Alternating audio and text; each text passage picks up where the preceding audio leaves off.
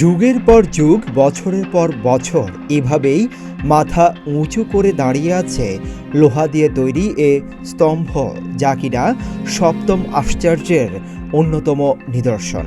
বলছি আইফেল টাওয়ারের কথা। ফরাসি বিপ্লব স্মরণীয় করে রাখতে মূলত নির্মাণ করা হয়েছিল Eiffel tower. Eiffel tower Paris শহরের আকর্ষণ নয়, গোটা বিশ্বে পরিচিত এক নামে। টাওয়ারের চূড়া থেকে পুরো শহরের সৌন্দর্য দেখা যায় বলে অনেক পর্যটককে আকর্ষণ করে এই আইফেল টাওয়ার। প্রতি বছর কয়েক লক্ষাধিক পর্যটক প্যারিস আসেন শুধুমাত্র আইফেল টাওয়ারকে কেন্দ্র করে। তবে এক অদ্ভুত কাণ্ড ঘটেছে এই টাওয়ারের কাছেই। স্থানীয় সময় শনিবার সকালে আইফেল টাওয়ারের কাছেই 5টি কফিন পাওয়া গেছে। একটি ভ্যানে করে কয়েকজন ব্যক্তি কফিনগুলো রেখে চলে যায়। তবে কফিনের ভেতরে প্লাস্টিকের বস্তা ছাড়া কিছু পাওয়া যায়নি।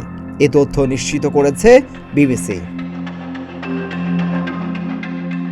এই ঘটনায় মস্কোর হাত রয়েছে বলে ধারণা করছেন ফরাসি গোয়েন্দারা। ফ্রান্সের পতাকা দিয়ে মোড়ানো কফিনগুলোতে লেখা ছিল ইউক্রেনের ফরাসি সেনারা। অবশ্য এই ঘটনার পরেই ভ্যান চালককে গ্রেফতার করে পুলিশ। ভ্যান চালক জানায়, কফিনগুলো বহনের জন্য তাকে 40 ইউরো দিয়েছিলেন দুই ব্যক্তি। এর বাইরে আর কিছুই জানেন না তিনি। প্যারিসের একটি বাস স্ট্যান্ড থেকে আরও দুজনকে গ্রেফতার করে পুলিশ।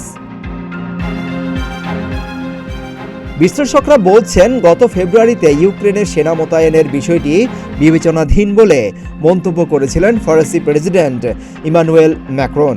ওই সময় তিনি আরও বলেছিলেন, ইউক্রেন যুদ্ধে রাশিয়া যদি জিতে তাহলে ইউরোপের গ্রহণযোগ্যতা শূন্যে নেমে যাবে। রুশ প্রেসিডেন্ট ভ্লাদিমির পুতিন ইউক্রেনে পশ্চিমা সেনা নিয়ে হুঁশিয়ারি উচ্চারণ করেছেন। ইউরোপে ন্যাটো সদস্যরা আগুন নিয়ে খেলছে সতর্ক করে বলেন, তাদের এমন পদক্ষেপ বিশ্বব্যাপী সংঘাতের ঝুঁকি তৈরি করতে পারে। সম্প্রতি এসব ঘটনাকে কেন্দ্র করেই হয়তো কেউ আইফেল টাওয়ারের কাছে কফিন রেখেছেন বলে ধারণা করছেন তারা।